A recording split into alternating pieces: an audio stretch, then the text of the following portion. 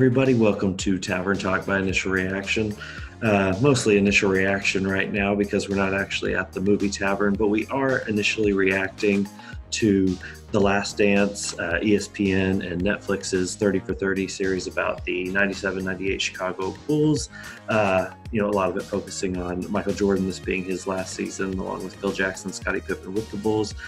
This week we're talking about episodes 5 and 6, and just like the past 2 weeks, joining me once again with Hooten's Arkansas football, Chuck Livingston.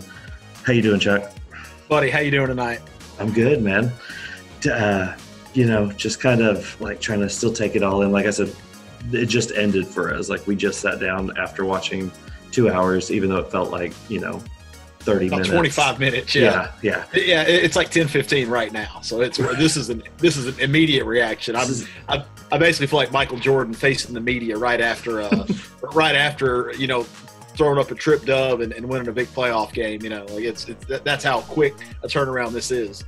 Good segue there, professional segue there, since a lot of tonight's both episodes really focused on the media and the frenzy around him and just what it was like to be Michael Jordan outside of being a basketball player. Like, yeah, he has to perform to maintain this status of being, the greatest to ever play, but everything that came along with that, touched on the endorsement deals, the gambling, all kinds of stuff. So yeah, this is, like you said, it's 10:15. This is a genuine initial reaction to episodes 5 and 6.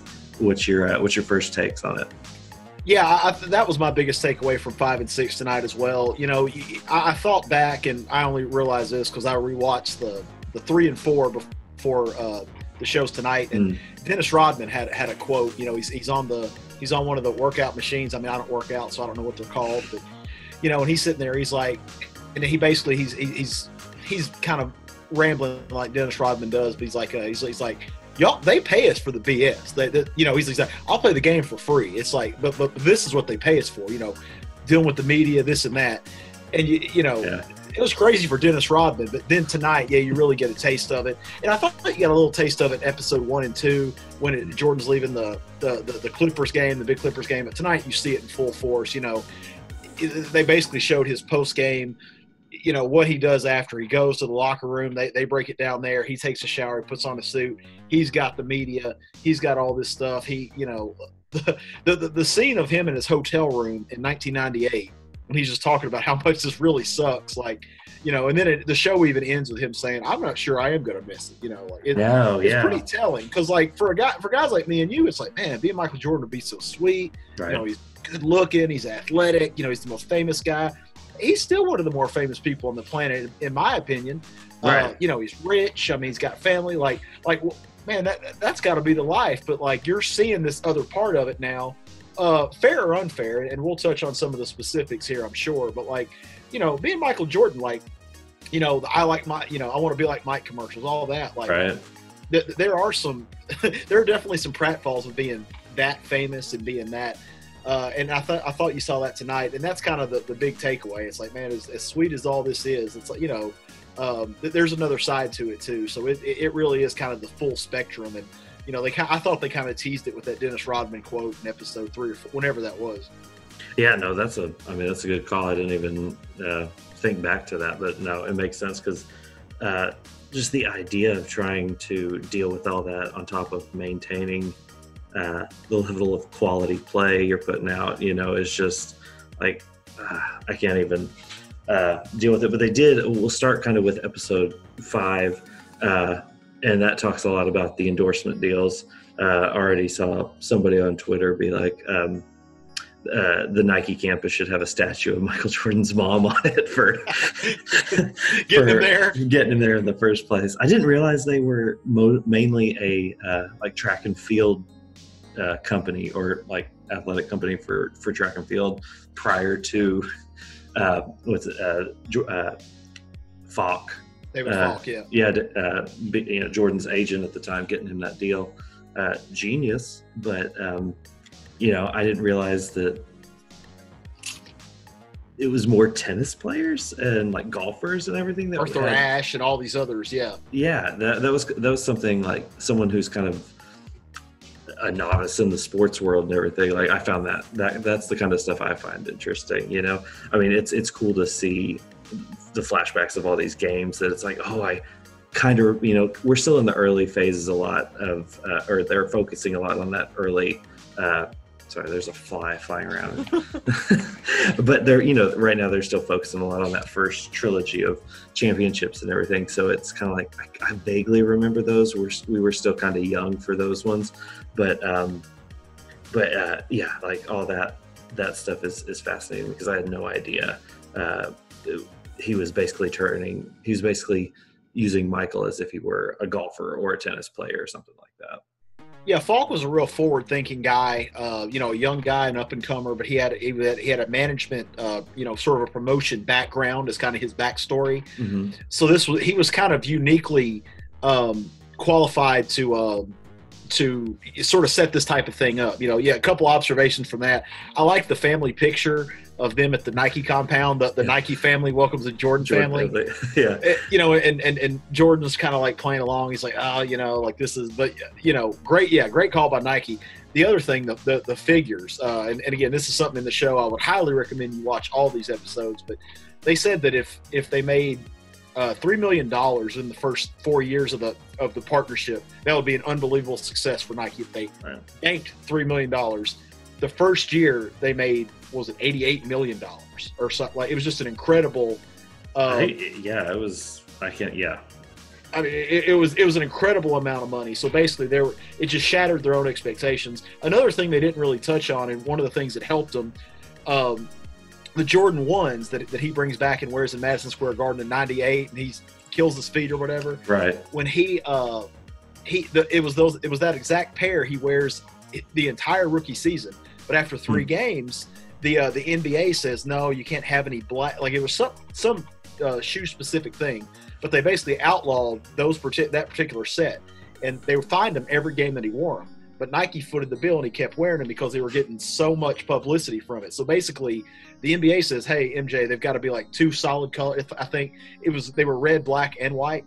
But they only wanted to be like 2 colors, like red and white or black and white. And Nike just said, no, keep wearing them because they're talking about it.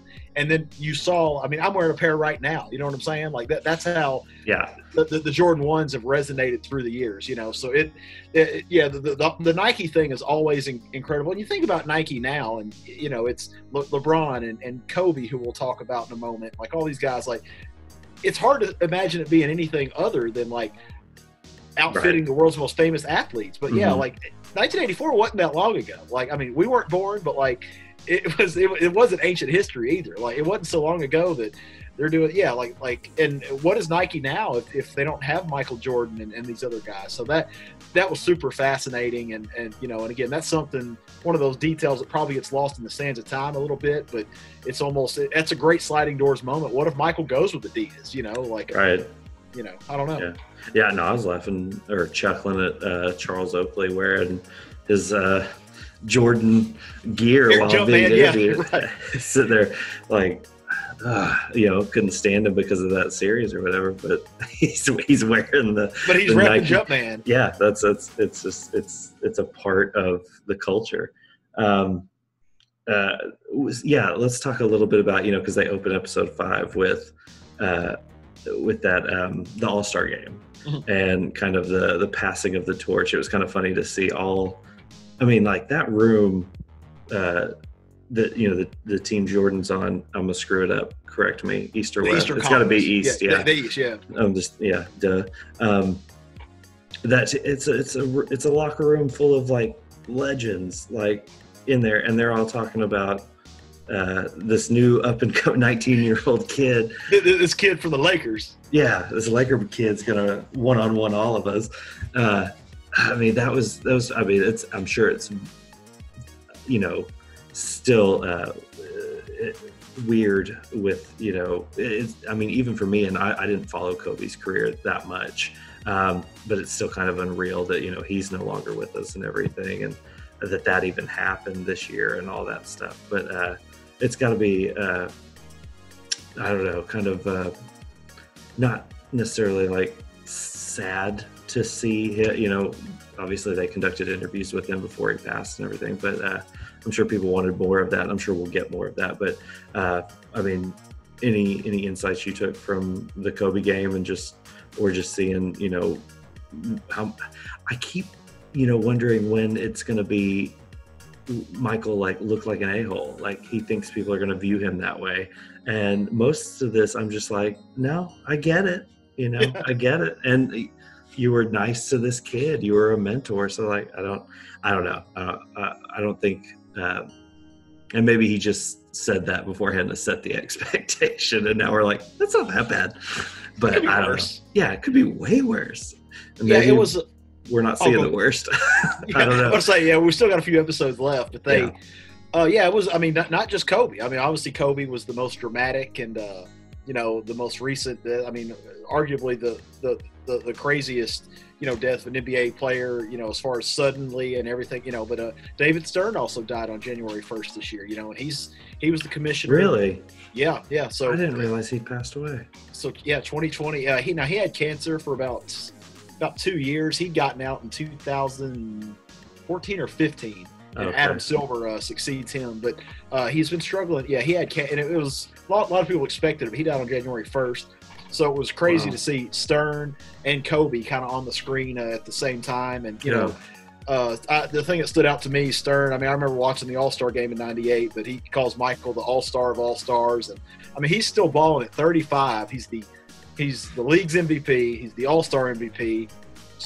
I don't want to get too far ahead of you until the other, but he's very accomplished even at 35 and still balling out of control. And it's, it was pretty impressive, you know, to see those guys and like, but yeah, I mean, that's the thing. Like, I mean, I guess maybe think, you know, and let's be clear about this too. Jordan's heavily involved in the production of this thing, you know, right. So the gambling and all the things we're going to talk about later on, that's a part of the story. But, you know, it's been confirmed by everyone now that, you know, Jordan wasn't going to they weren't going to show anything until he basically signed off on it. So all the really bad stuff, if it even exists, I'm with you. Like I knew some of these things about Jordan and some of the things I'm learning as well as we go along. But like, I just think he's a competitive guy and he's a little heavy with teammates and all that. I mean, but there's, you know, Kobe Bryant's the same way. And a lot of these guys are, you know, so, I mean, you know, he might kill somebody on camera in the next show, and we'll have to reconsider this. But I mean, so far it's a pretty, you know, he's a competitive guy and he's got an edge. But other than that, I don't know that it's, you know, so I kind of feel the same way you do. No, I mean, Caitlin and I were talking about it during, you know, the last episode, especially when it was like, you know, some people talk like a big game and everything and can deliver every now and then on that talk. But like, it was like he would say something and he meant it to the degree that he just knew he'd be able to deliver on it no matter what. And it's like, I don't know how somebody can do that with such confidence, but obviously he earned. And yeah, you just look at it as a competitiveness. I mean, he's sitting there playing a quarters game with the security guys, at the United Center or whatever. And it's just like, that it doesn't matter like what it is. He's gonna like, oh, y'all are playing something. I loved hearing about the card games on the plane and everything. Like the dollar blackjack hands with John Paxson and Will Perdue. He's like, I want your money in my. Yeah, that's it. Like it's just it's bragging rights. Right. Yeah, that's exactly what it is. And oh man, it sounds like ruthless in a lot because he's so unforgiving about it. But, I mean, that's just kind of what it takes if you're going to reach that level in the first place. And I think that's what kind of is becoming more and more clear. And I think most people already knew that. Like I've told you, like I haven't followed the NBA in 20 years or even, you know, Michael Jordan's kind of been quiet since he left and everything. Does he still own the Wizards? See, that's how out of the loop I am. He is. He's the majority owner of the Charlotte Hornets now. Oh, okay. See, that's how. He came back with the Wizards and played 2 years with them.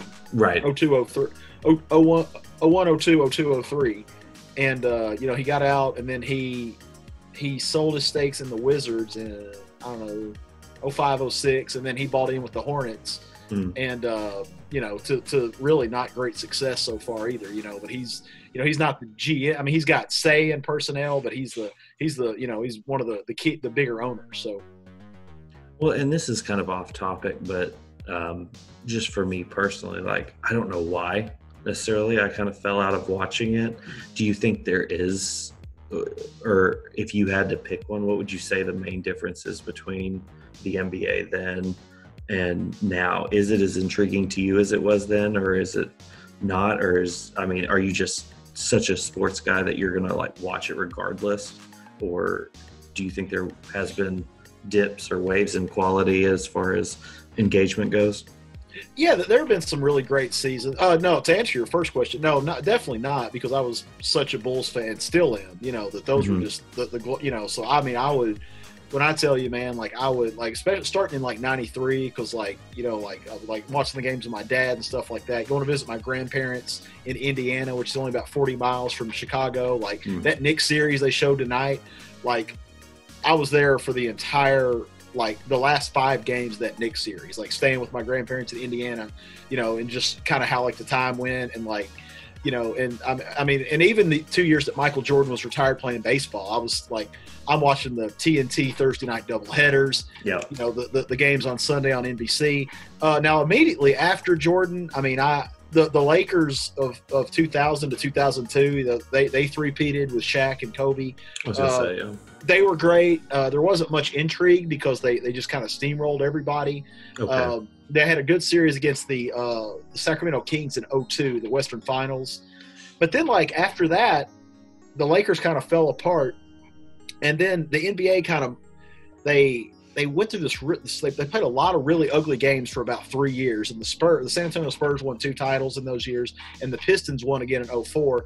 And it was just kind of like the quality of play just wasn't the same. I mean, it still – counts, and it was still, those were great teams, but they were for a fan, especially me, like, and I don't know if I'm the only person who feels this way. It was just, you got a lot of 75, 72 games.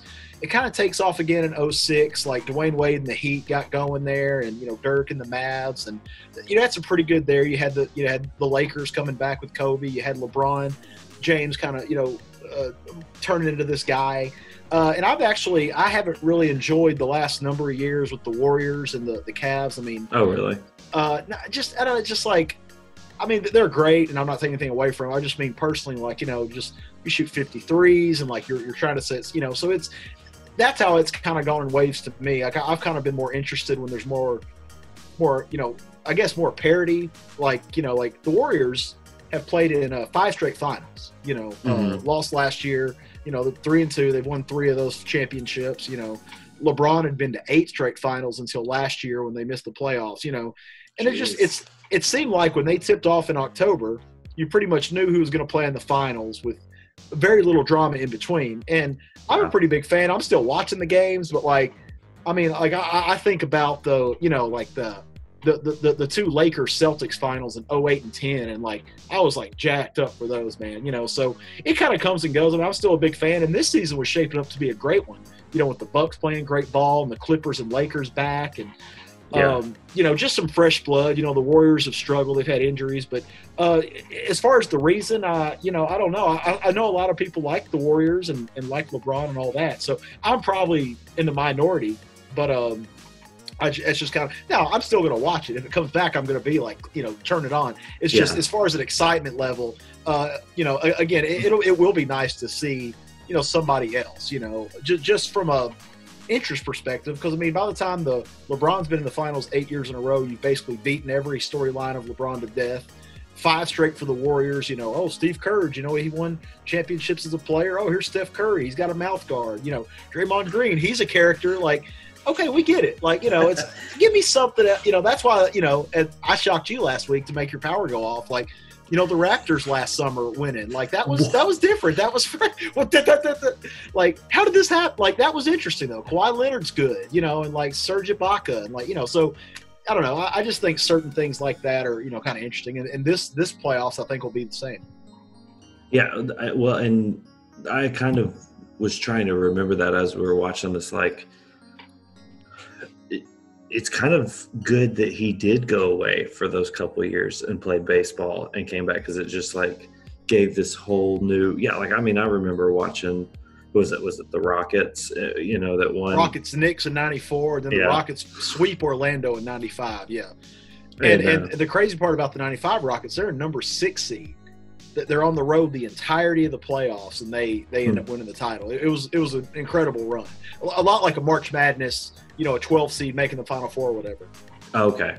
Yeah, see, and I remember watching those games and everything, and like I'd call my dad because he'd be on inventory or something out of state, and during the time the finals were on, so I remember those games vividly, but like it was still like, man, it's a shame Jordan's not here, because you knew he could still play. So when he came back and they do it again, it was like, oh, that at least created some interesting drama to the whole thing. And even like not knowing everything that was going on in this last season, the fact they went from like, what was their record at the beginning of the year to like 8-7. And then to winning 60 games, like when they 62 and 20, 60. Yeah. So what is that? 8-7 to 62. I mean, that's 12 losses. The rest. I mean, that's insane. Right? Okay. Yeah. That's what I was thinking. I was like, that's crazy. But no. Let's jump into some more of the stuff that these two specific episodes addressed.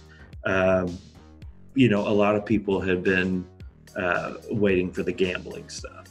I didn't know a whole lot about this. I know there's some conspiracy theories around like it might have been why he was, David Stern might have like banned him from the league, and that's why he went and played baseball for those couple of years, because there was so much controversy around it.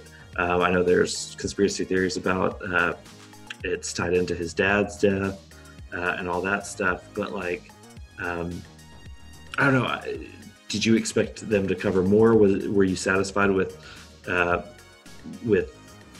Hare's questions to Jordan face to face about the topic? Like, do you think there will be more? They're not done with this. I don't know. It's just your general reaction to this topic specifically, because it was a hot one for sure. Yeah, from a journalistic point of view, I'm really glad they are covering it, because this is supposed to be a documentary, but it has become such a part of the Michael Jordan thing, the Michael Jordan story, that you almost you couldn't have it without that, and right. And really it has become you wonder how much of an impact it had. I mean, I don't think it really hurt them in that Knicks thing, in that Knicks series, like they were making it out to be, but it was just, there's definitely a lot of money flying around, and, it wasn't, but they obviously investigated. Yeah. As far as asking him about it, yeah, I think it was fine. I was surprised they were going after him, in 93, the way they were with some of these questions, it's the biggest, they're really good. He's sitting down with Marv Albert, he's sitting down with Bob Costas. I'm like, man, like they're really asking, and then Ahmad Rashad gets the exclusive. And I think I've mentioned before, that's still one of Michael's best friends, right. Because he, it's good to have a media guy in your pocket. That's who he's riding with at the very end of episode 6. He's in his range with him. Yeah. But still, yeah. I'm glad they covered it, because it is important. It is a part of the Jordan, kind of mystique. I don't think there's anything deeper than that. I think that, remember, his dad is shot and killed in September of 93. They're getting ready to go to training camp. He retires in October of 93, and it looks like they're going to cover that in the next couple of episodes. But it threw everybody, most of all me, for a big loop at that time. I was very sad. But yeah, he goes off, and but yeah, it's part of it. But I agree with you. Like, I remember that Knicks Rockets series, that finals distinctly, because that was also the day, and I'm sure you've seen the 30 for 30 of the OJ White Bronco chase. And yeah. It was like 7 different things or some crazy number. It was a heck of a day, yeah. And that's another great 30 for 30. But yeah, like it was. I think you're right. I think it did drum up, and it gave some other teams. The Rockets have been great for several years with Hakeem, and the Knicks, as you saw tonight, were really knocking on the door and really just getting close every year. Now the Bull and. You're going to see how they break through, I think, in the next series in 94. And it was still a painful one for a lot of Bulls fans. But, but it kind of did give some other – I think you're right, because you don't really know what you've got until it's gone. So everybody just assumed Jordan was going to be this figure for so long. And then when he's gone and you got playoff games without Michael Jordan now for the first time in a decade and no Bulls, it's like, oh, crap, this is – Man, it was fun to watch that dude average 41 in the freaking finals. Like, that was unbelievable. Like, give me that dude back, you know? Yeah. And again, that's more for, but yeah, I mean, it was very interesting. I mean, some of the, I didn't realize that Slim, the guy that he was gambling with was indicted. Like, that's, who was that dude? Like, that dude, I mean, I thought that's who they traded to try to build a championship team. You know, what is this? Yeah, exactly. Yeah, no, I mean, when was the other reporter, Standridge? Oh, David Aldridge. Aldridge. Golly, yeah. I'm terrible with names. Sorry. There's so many people. When he was like, you know, like $10,000 to Michael is like 10 to us. Like, he's good for it. It's just like, he's right though. Yeah, he's totally right. Like, I mean, never mind what he's making for play and like all his endorsement deals and everything. Like, it doesn't even matter. But yeah, no, it was. I kind of was hoping for, because I mean, and maybe this is just because Michael has kind of a big influence on how he's, you know, conveyed here, or kind of setting the limits on his perception, but it made him look like he was in control of it. Like, it sided with that. Like, it's like, no, what he said in the Ahmad interview, like, and why he had the sunglasses. That was a little. It didn't help that he had sunglasses. That was pretty great. But like, yeah, it made it, you know, it portrayed it like, yeah, it was just something he did on the side. He had the money to do it. He wasn't breaking any rules. He was just, you know, was having a little fun with it. And I mean, his line about him only betting on himself ever was solid. It is just like, absolutely. You know, it's like, he rehearsed that one, but yeah, I mean, but he's right. He's got a point, totally. You know. And I think the big theme is just that competitiveness. We touched on this a little bit off camera, but like, you know, they talk about, you know, how competitive this dude is. Clyde Drexler, you know, you hear Marv Albert in the intro to the 92 finals, like, oh, their numbers are similar. I don't know. Like, maybe Drexler is better, you know, and he just takes it to Drexler for 6 games, just, you know, demolishes them. You know, they go on, they're on the dream team, you know, and they're tearing it up. And I think we touched on this one night, maybe off. I thought they would talk about Tony Kukoc, and, you know, and, and of course we already know how he feels about Jerry Krause, but, you know, Jerry Krause is being touted as the next, or Tony Kukoc is being touted, and they just, I mean, they're like Dobermans on Kukoc, man. They're picking them apart, you know, and you know, like you said, to his credit, he comes back in the gold medal game and plays a really good game. But you know, Charles Barkley, you know, Michael even admits he's like, yeah, you know, I was kind of pissed they gave him the trophy, but, you know, you can have that. I'll get this. Yeah. Funny aside about Barkley, by all accounts, you know, he was on the dream team as well in '92 in Barcelona. Right. And he saw the way that Jordan and Pippen and David Robinson, who is another forgotten guy of the 90s, you know, the center for the San Antonio Spurs. Oh, man, yeah. The Admiral, great player. But he saw the way they were working out, like, you know, lifting and doing all these things in addition to practice. And Barkley records his best year, 92-93. Philadelphia trades him to Phoenix that same offseason, actually while he's in Barcelona, I believe. Mm-hmm. You can check me on that, but basically it was happening around the same time. He was fed up with Philadelphia. They were bad. So he goes to the Suns, which are already a team. They'd been in the Western Finals a couple little years and hadn't broken through. Now they get Charles Barkley, who's like a 26-point-a-game guy, and Yep. Barkley has his best year. He's in shape. You know, he's playing hard and all that. And I thought Barkley's quote was when he's like, man, game 2, I played great. I played as well as I have in a long time, and Jordan just outgunned me. He's like, and that was the first time I'd ever in my life felt like there was a better basketball. And I'm like, and here's the thing, that's a confident guy. Charles Barkley's an all-star, a Hall of Famer, a dream teamer, and he's saying, dang, like, this is the first time. Like, that's Michael Jordan. That's the crazy part about it. That's, you know, and Barkley, again, not a BSer. Like, if you've ever watched Inside the NBA, you know he's going to shoot it straight. He's like, he really means that. You know, it probably hurt him to admit it, but he's like, all right, you know what? This is how it was. Yeah, no, I've always loved Barkley just for his persona and everything. Like, he was always fun. And that series, watch it, kind of reliving the highlights of that. Like, that was a great one. And yeah, we had talked about the Dream Team stuff and how they, you know, they focused a lot, you know, with the Rodman episode on the bad boys and the Pistons and everything. They addressed the Isaiah Thomas issue with the Dream Team, and made a pretty good case for, the fact that he made enemies all around the league, and a lot of it, gets put on Michael, but it overall with everyone that was on that team, it would have affected the whole mood of, because had you ever seen that practice footage before? Was that public? Yeah, I'd seen some of it during the NBA Entertainment did a Dream Team documentary, I think before the 2016 Olympics. And it was basically, there was a lot of momentum there around that same time.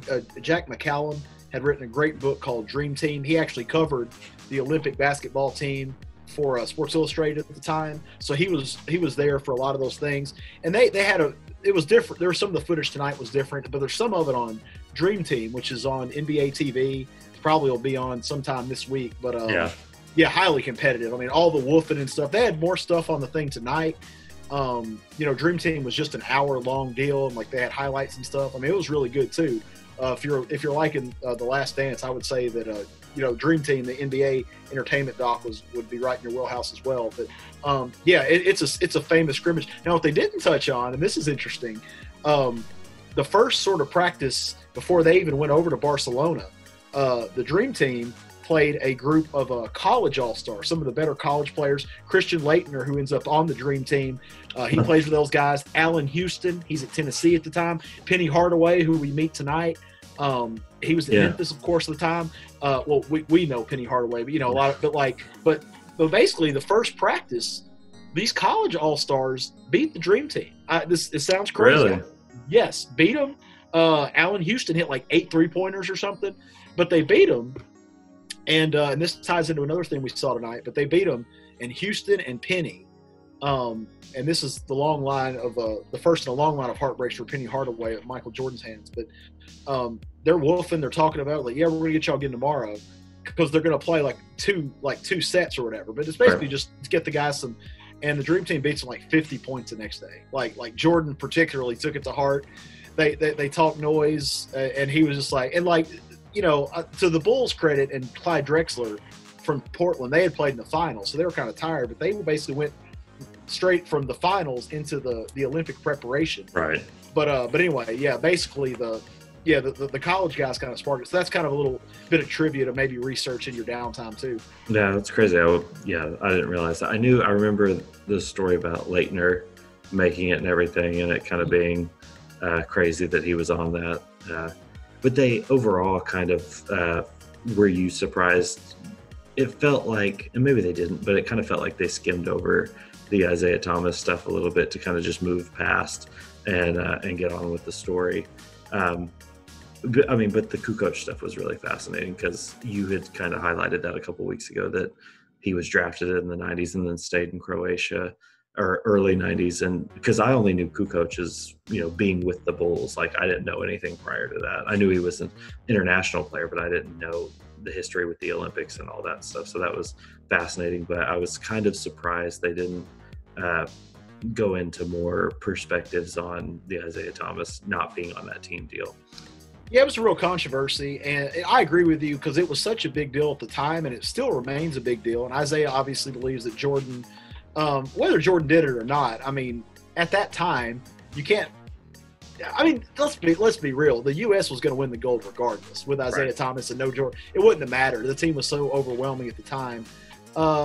He probably. I mean, I agree with Isaiah, which I can't believe I'm even saying this. Your show's got me doing crazy things, but if you're trying to bring it, I mean, he was one of the greatest players of the '80s, probably the third or fourth best guy. Of the 1980s, up there behind Larry and Magic and Jordan, and he was the best guy on 2 title teams and all that. But, Chuck Daly was the coach. And again, Isaiah, they hadn't made a lot of friends. And the Pistons, here's where you do these things and you don't really think down the line about it, But right. The Pistons, they had fun bullying everybody when they did and throwing their weight around and all that. But then you got to still live and coexist, and that's the thing. The Celtics never really made enemies, except maybe the Pistons, the Lakers. Everybody pretty much liked and respected those guys. Chicago Bulls, like there's a difference. There's a difference between winning and doing it the right way and all that. And here's something they didn't touch on, and it kind of annoyed me a little bit, but while we're crapping on Isaiah Thomas, I'm going to do the compliment sandwich. Michael Jordan's first All-Star game in 1985, Isaiah and Magic Johnson, they conspire to freeze Michael Jordan out. Jordan makes the All-Star game as a rookie, and they think it's going to be a blast to freeze him out, kind of like they were talking about Kobe Bryant tonight. Yeah. And this is all online too, but basically they're not going to pass him the ball, and like whenever Jordan's on the floor, like they've already talked to him about it, Jordan catches wind of it, and that kind of kicks it off as well. Now that's something that's kind of another he said she said thing, a lot like the Isaiah Thomas Dream Team deal. But the hard feelings with Michael Jordan and Isaiah Thomas have always been there. Let's just leave it at that. And Michael gives him his props, like he gave him his props tonight for being, a great point guard. But yeah, he definitely still hates that dude on a personal level. But yeah, I was going to talk about the Kukoc stuff really quick, because that was kind of like it was funny to kind of see that it's not a exact parallel to the Kobe stuff we saw at the beginning, but it kind of was like, I'm going to give you a hard time, and once you prove yourself, then you get my respect type of deal, which was cool. And I hope to see more of obviously we'll see more of Kukoc once we get fully into the timeline of the second three-peat and everything. But was there, trying to think of like anything we haven't strictly touched on in these episodes specifically? Was there anything else in your notes that stood out to you about these two episodes? BJ Armstrong, you hear him, he's kind of got a really telling quote. I don't actually have it word for word near the end of the fifth episode, but this is a guy who, when the Bulls drafted him in 1990, same draft they drafted Tony Kukoc, but he's a young kid, he's from Iowa, and Jordan's so tough on him in camp and other things that he checks out a bunch of books at the library on geniuses and how to interact with geniuses and all this. So like this guy is like, BJ's a really interesting guy. He said something, and I wish I'd written it down. Now I'll have to go back and watch it. But he basically says, Jordan, so I thought that was interesting because he's just that type of guy. They touched on the big Hawks game at the Georgia Dome. Yeah, that's insane. That was something I didn't know about. They didn't actually play at the Georgia Dome. They moved the game to the Georgia Dome to accommodate the huge crowd. And like 12,000 of those seats that they sold is like 64,000 or whatever. Still the largest NBA crowd ever. Yeah. They're obstructed views. They're basically that wide shot of the arena, like they could have fit another court in half of the floor. And I was like, geez, because you had that guy who was talking to the camera, and he was in the balcony, and you could tell he was on the other side of the open area. That was looking over it. Right. And it was just, I was like, what is happening here? But yeah, see, that's the kind of stuff I love to hear about that. I liked hearing about the progress of the shoes and all that kind of stuff, but also the stuff with the tickets, how many tickets the players get to give to friends and family and everything. The Jordan quote to Randy Brown when he's like, man, they could be sitting up there next to God. He's like, who? He's like, God, you just got one from me. I'm like, oh my God, like that's gonna piss people off. And see, that's funny. Like that, it's funny to me. Like they, and he knew it too. Like he was like, don't do it. He's like, I was just messing. Erase it. And that's fantastic. I feel like we got a lot more actual footage from those years in these two episodes than anything so far. Yeah, absolutely, and which is good because it revolves around it, but you also have to figure out why all these moments sort of matter too. Like why are the Bulls such a big deal? If it was just about the '98 season, as interesting as that would be, with Dennis Rodman going to Las Vegas and Scottie Pippen trying to get traded, and Phil Jackson and Jerry Krause having a pissing match, and Michael Jordan hanging out. I mean, that'd be interesting for a couple episodes, but you've got to figure out all the other things too. The Atlanta thing was unbelievable, and they're selling those things for like $5. The obstructed view. Golly. Once again, and going off of the thing that we've loved, the production wise, Atlanta with Outkast, with Rosa Parks playing again. Just the Jason Hare is just he's batting 1,000 with his production of Cleveland. I was going to opened it up with A Tribe Called Quest. Yes. And then, I mean, you've got what was the one? I mean, you had some Naughty by Nature in there and everything, and then let me see if I wrote it down in my notes. Yeah, you had Outcast for sure. There was that Black Sleep, Black Sheep track. I can't remember the name of it. I didn't write it down. But yeah, no, the musical choices, and honestly, the Thomas Caffey, I wrote him down too because he's the composer. Because the score is, the soundtrack is just off the chain. It's awesome. Like every time it hits, and a montage is coming, you're just like, great song choice, great. These next 3 minutes are going to be unbelievable. Right. But the score is low key, like pretty great, and it just plays into, especially building up to like these moments, the ending, the ends of the episodes, the commercial breaks and everything, just how it's setting up like, here's where we're going. Are you ready? Like from a filmmaking standpoint, I love that kind of stuff. So, we're always going to talk about the musical selections on here. Well, because I'm like rocking out when it comes on. I'm like, yeah, here we go. It was, it's great. Like, and again, and that's part of it too. These documentaries, like, you watch so many of them, I mean, whatever your flavor is, Making a Murderer, if you like the 30 for 30 series on ESPN, Tiger King, whatever you're watching, I mean, it's all interesting to you, but like the production and how it's presented matters a great deal too, and like, it's great to have great video and it's great to have great interviews and, but then it's those other things. Yeah. The score, the editing. I really I thought it would be confusing the first couple episodes, jumping back and forth, but it'd be like me like telling somebody who I just met today, like, oh, it's my friend Philip. Oh man, how do y'all know each other? Oh, let's go back to October 2007. Let's Conway, Arkansas, like that. Like, it's like this, how do you but like they've had great interviews. They have asked some good questions. The footage is unmatched, and like this, I really feel like this documentary so far has got something for everybody. If you're a sports nut, it's obviously got that. If you're a person who really likes kind of like setting the timeline, like it's definitely got that. If you're just kind of casually watching, you kind of know what you're looking at. Like it's been really incredible. And like, again, through 6 episodes, as far as the production side of it, I've got no complaints because it's all been, I don't have many complaints, period. But like, just as far as, it's been lights out.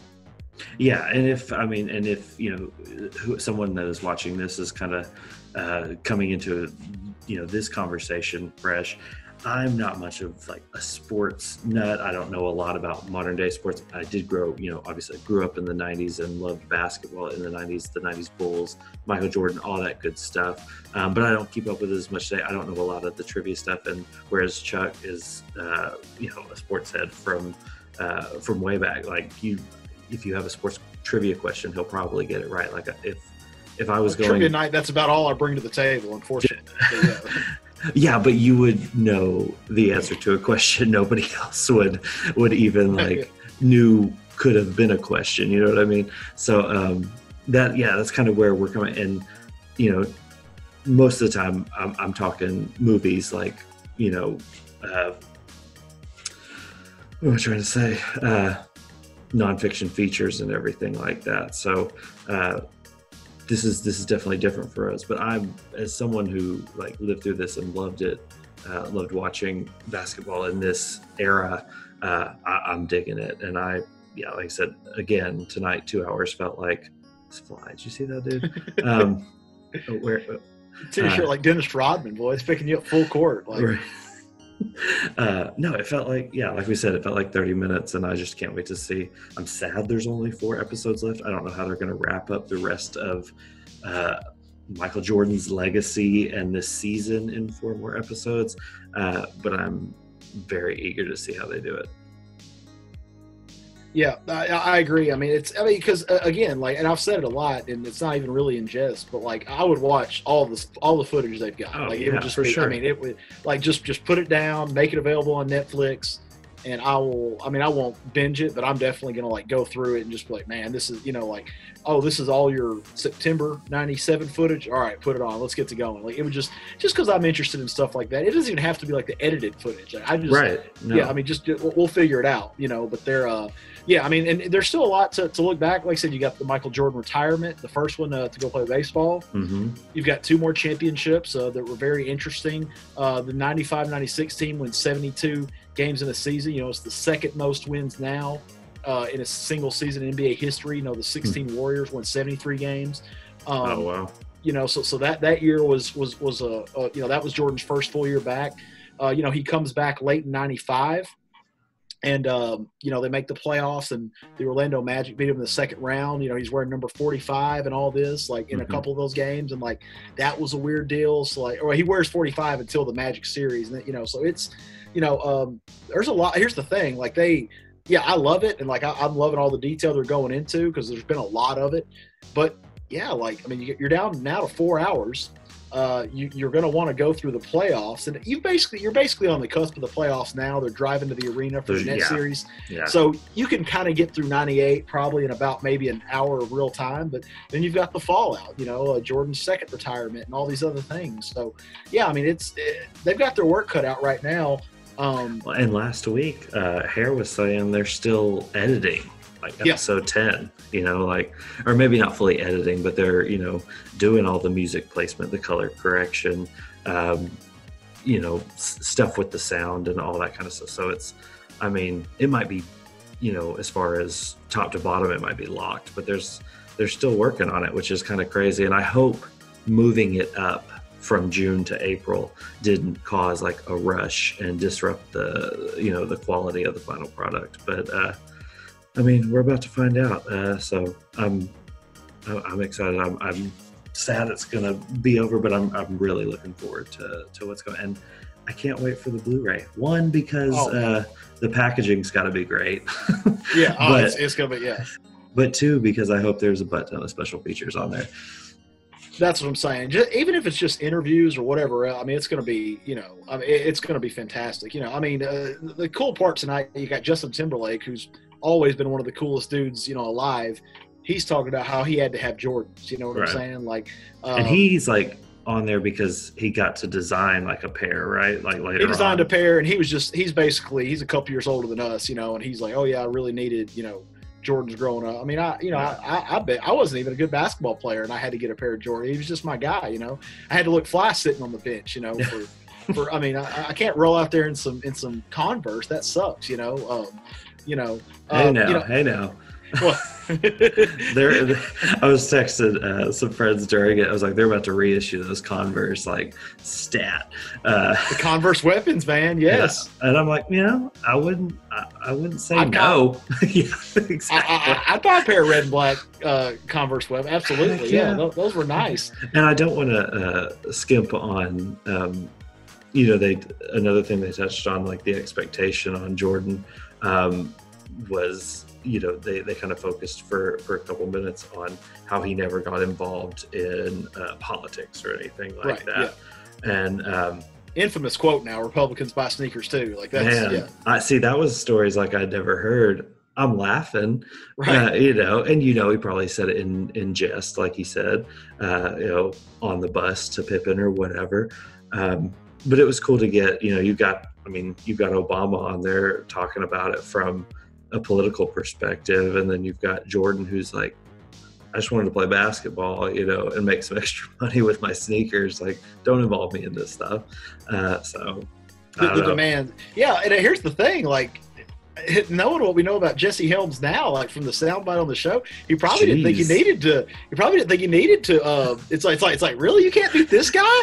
the North Carolina Republican symbol might as well just be a swastika or a Klan hood at this point. Like, look at this creep. Like, how are you? But obviously there were people who were very upset about, and I mean, I don't know, but it's like, yeah, that was shocking, and like it was. I guess I really don't remember that being such a big deal at the time. I don't guess it was a national story. I think that might have been a more local story, but that was interesting, and I mean, again, that's just part of being Michael Jordan at that point. Like the bigger star you are, the more the expectations are and all that. And again, I think they've outlined that really well. And I mean, you think about a guy like LeBron James or even Kobe Bryant, the last years of this is your social media era, and there's so many other things now. It's like the pressure to be so on point now. It's even I think it would be even more so now. I mean, I could see it the other way too, that in the 90s there just wasn't as much going on. There wasn't the internet, or it was barely getting going, or you have AOL, which sucks, and so like Yep. you do watch Sports Center 4 times a night, and you're watching the Bulls highlights and all that. Like I remember those days well as you do, and it's like it was a bigger deal because there just wasn't as much going on. You're playing N64, you're watching Sports Center, or you're trying to chat up girls on AIM. I'm still trying to do that, but whatever. Yeah, you knew your circle of friends. You knew what their thoughts were on things, and that's what shaped your world. You didn't know, some commenter on YouTube and some, trending hashtag on Twitter. You didn't see 50,000 people's input on, something. You get on Twitter and you click on the Last Dance hashtag, and you're figuring out what this dude from Oregon and Vancouver right. and Mexico City and what everybody's thinking about the show. And it's like, oh, Jordan was overrated. It's like, if one of your buddies thought Jordan was overrated, then you heard that take. But if you didn't, then you only heard the 5 dudes you hung out with at school. Yeah, and so it's different that way too. Yeah, and I think that's a lot of where the difference in kind of perception between Jordan and LeBron and stuff comes into play, because of what they've had to handle or not handle in that regard, instead of just purely on how they play the game. Again, I don't know. I haven't followed LeBron's career as close, but just kind of from an outside perspective, that seems to be a big factor in how their legacies are going to be perceived. But anyway, we'll see where they go next time. Any closing thoughts on episodes 5 and 6 here as we kind of wrap up the recaps on those 2 episodes? Yeah, like I said, just again, rest in love, David Stern and Kobe Bryant, this year. And so we talked about Jordan averaging 41 in the 93 finals, which is absurd. Again, I'm not trying to start a Jordan, LeBron, Kobe, anything, but just imagine if that happened today. Also, the 93 finals. So here's the Bulls now for 6 straight years. They go to the conference finals in 89 and 90 and lose to Detroit, get beaten up. They win 3 straight championships. So they're playing until mid-June, early June every year, playing more than 100 games. 92 Olympics. That's another 8 or 9 games, and they're rotating guys in and out, but they're playing heavy minutes there too. Oh yeah. Just an incredible workload for Jordan and Pippen with other guys. But you think about it seriously, that's a lot of basketball over a 5-year span. 100 games every year, then the Olympics, and then it's just that's pretty crazy. And Jordan scorches Phoenix for 41 a game in the 93 finals. And the other thing too about 92 I wanted to point out, 92-93, they're on the road for the Knicks series and they're on the road for the Phoenix series. They had a worse record than those teams. So you talk about adversity, and we're going to see it here in 98, but big time adversity. 92-93, the Bulls, I think they won 54 games that year. I should know that, but I don't. But basically, people were doubting, is the Bulls thing over? The Knicks are up 2-0. So obviously they covered that in the series, but it was interesting. It was a question of the time. The other thing, when Paxson hits the game-winning jumper in Game 6 against Phoenix, you hear Marv Albert, the first field goal from somebody other than Michael Jordan in the fourth quarter. And and again, not starting the LeBron Michael thing, but that's it insane. Happened. It happened, right? Yeah. So, but anyway, yeah. So I just thought, that pretty much clears up my end here. But that's incredible. That 93 finals was really something to watch. The triple overtime games, dramatic. All those games are really close. Phoenix was a great team, and they didn't win, but only because the Bulls beat them. It wasn't, they would have won any other year, so that, don't take anything away from Phoenix. You feel bad for them almost because, they were such a great team, but it's just, it was one of those things. Did Barkley ever get one? Never got one. Okay. They traded him to Houston a couple years later, and Houston actually pays Scottie Pippen after the 98 season, into the 98-99 lockout season. He finally gets his big contract with Houston. So it's Hakeem on his last legs, Charles Barkley, and Scottie Pippen. and it was an out-and-out disaster. Those guys didn't get along. They didn't play well together. He was in Houston. Scotty was in Houston 1 year. They trade him to Portland, and he almost gets to the finals. 2000, they blow a 22-point lead to the Lakers in Game 7 in Staples Center. And the Lakers go on to beat the Pacers in the NBA Finals. And seems like Portland probably wins the finals if they don't blow a 20-point lead in the Lakers. But, Scotty, he's always kind of searching for his big moment without Michael, and he almost got it in 2000. And it just, That's crazy. Happen. I knew he went to the Blazers after for a little bit, but I didn't. The Houston year gets lost. I'll text you. I was gonna say. But there's an SI cover with those 3 guys on it previewing that year because there is a lockout. They don't start playing basketball until January that year. Oh wow! And the SI preview issue was Hakeem, Scotty, and Barkley on the cover. That's and I'm crazy. Like, oh. Yeah, it's wild. Yeah, that year gets lost in the mix a lot, but it was a miserable year for everybody involved, by all accounts, in Houston.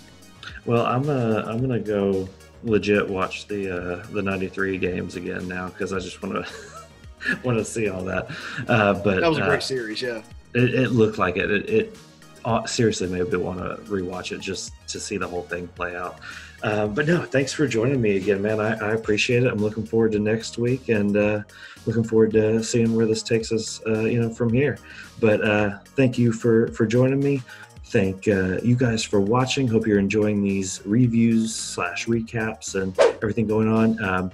If you are enjoying these and are curious, kind of what the typical content is on Tavern Talk, go check out some of our past videos, subscribe, hit the little notification bell so you know when we upload a new video, all that good stuff.